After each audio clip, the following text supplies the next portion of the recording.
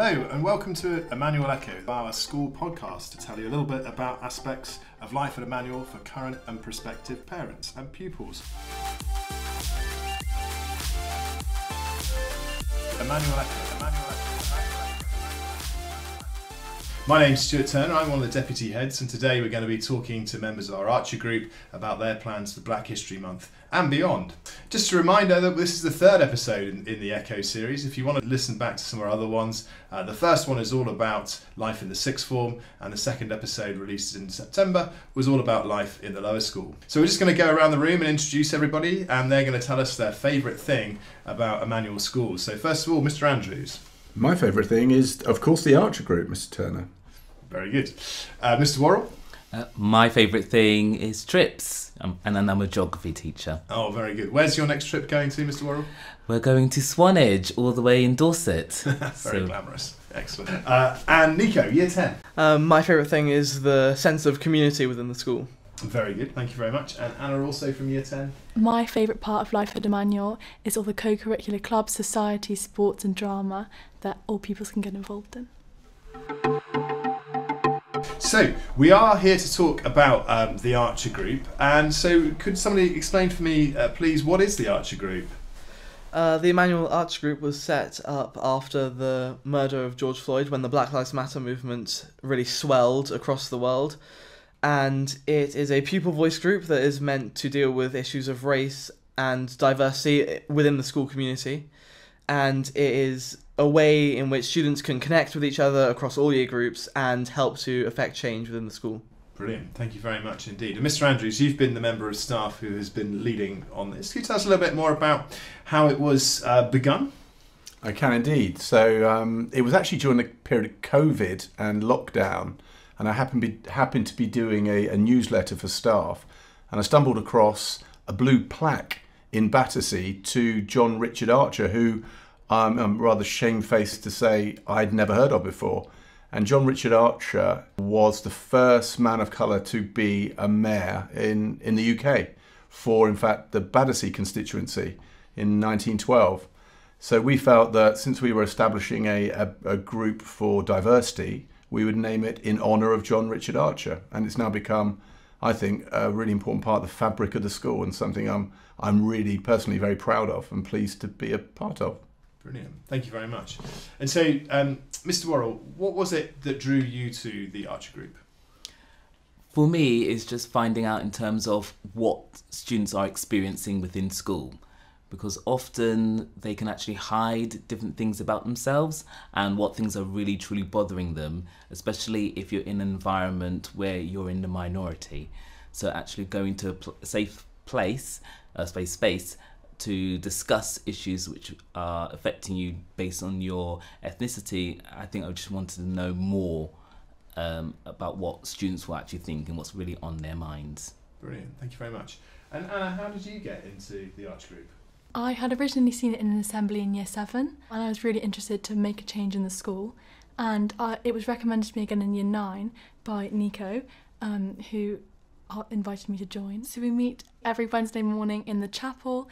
We discuss the progress of the Archer group and what's upcoming. We welcome in new members, and specifically we have in different students. So we've had in a lower 6th student doing her EPQ, rewriting the school song to diversify it, and we've had the pupil voice prefect discussing new ideas such as intersectionality between the various pupil voice groups that were discussed previously.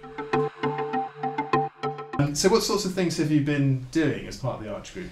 One of the main highlights has to be the microaggressions assembly that I, among other members of the Arts group and other pupil voice groups, delivered to the school in different assemblies.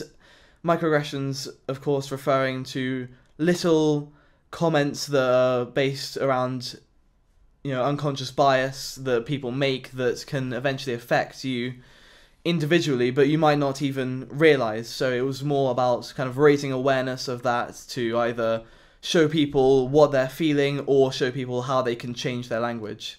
Brilliant. And Mr. Andrews, are there any particular moments that you've been proud of? Oh, there's so many, and we visited Marcia de Cordova, who's the MP for Battersea. She invited us to the Palace of Westminster. I took a number of pupils there. It was wonderful. We met in a select committee room. She and her team gave us huge amounts of time. We met with local state schools, so I was really, really pleased with that. And the achievements of some of the members of the Archer group, truly astonishing. Nico is a very modest chap, but I happen to know that he has in fact won a national essay writing competition. Is that not the case, Nico? Yes, it is. It was set up by Sir Martin Gilbert, and the brief of the essay was to write about how Jewish immigrants were accepted into Britain during the World War II Nazi period, and I am really pleased to have won in my age category. Fantastic, Nico. That's really, really great. Oh, my goodness. And whilst we're sort of talking about awards and accolades, we were really pleased the last couple of weeks, weren't we, as a school, to receive an award from a group called Talk Education for our innovation towards equity, diversity and inclusion. Mr. Worrell and Mr. Andrews, you must be very proud of that. We are indeed, and I think it was a recognition of the work we do with other pupil voice groups within Emanuel. So Prism is our group that looks into matters around LGBTQ+, and we have the feminist group, Athena, and then the final one, Bridge, is our gender and equality matters group as well. So that's a recognition for all of those different things that pupils and staff are doing together in the school. Okay, so Black History Month is coming up. What have we got planned? Well, similar to past years, we've got a lineup of Black History Month bulletins, which will release roughly 3 a day, that will be about different eras of history across all of time, and those members of people of colour who go unrecognised in their effect on modern day society. I'm really excited for the return of a steel pan band workshop, which was originally started for the collaboration of World Music Day and Windrush Day, where students did a workshop at lunchtime learning how to play steel pan bands and learning about the culture and origin of this music. Well, that was fantastic in the summer. We really enjoyed that. Mr. Worrell, is there anything you're looking forward to? So I'm looking forward to incorporating Black history within my lessons in geography. We generally look at topics in terms of development and actually look in terms of how we can incorporate Black history with that, and projects with Year 6 in terms of African history and Indian history as well. So Black History Month is a regular in our calendar every year now. What kinds of things have happened in previous events? Well, particular highlights for me was an online interview with Nelson Mandela's prison warder, and we had a big audience of pupils and parents for that. It was really successful and incredibly interesting and very moving in parts. Also, the music journalist Chopin came in and spoke to the sixth form. That was very impressive. And Patrick Hutchinson, who became very famous around about 2020 when he rescued a right-wing white activist from a melee in a crowd in London and became globally famous. And if a new pupil was looking to join the group, how would they go about doing that? They could get in touch with Mr. Andrews, any member of the group. Recently we had someone, and Mr. Andrews copied in some group members, and we're going to talk to her about that.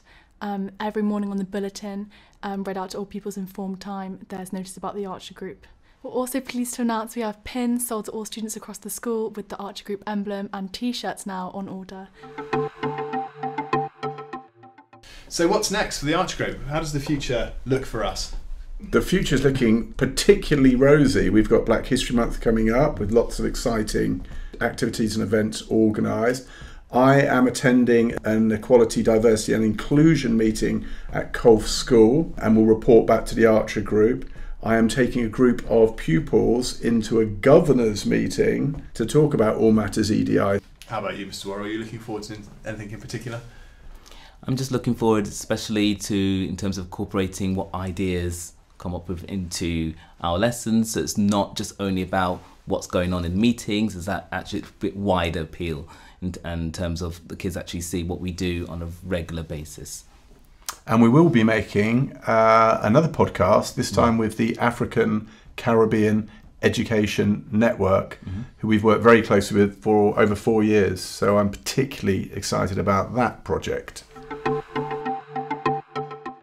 And guys, so you've got a few more years before you leave the school. What kinds of things would you like to be doing with Archer before you finish the end of your upper sixth? I'd love to be involved in one of the governors' meetings. Some of my peers have already. I would love to incorporate a South Asian History Month into the school's curriculum, because I feel that it's an area in which we can really focus in, and one that by pure coincidence isn't taught very deeply in the curriculum. Thank you very much indeed for listening to our podcast, and look out for the next episode of The Echo, which will be all about teaching and learning.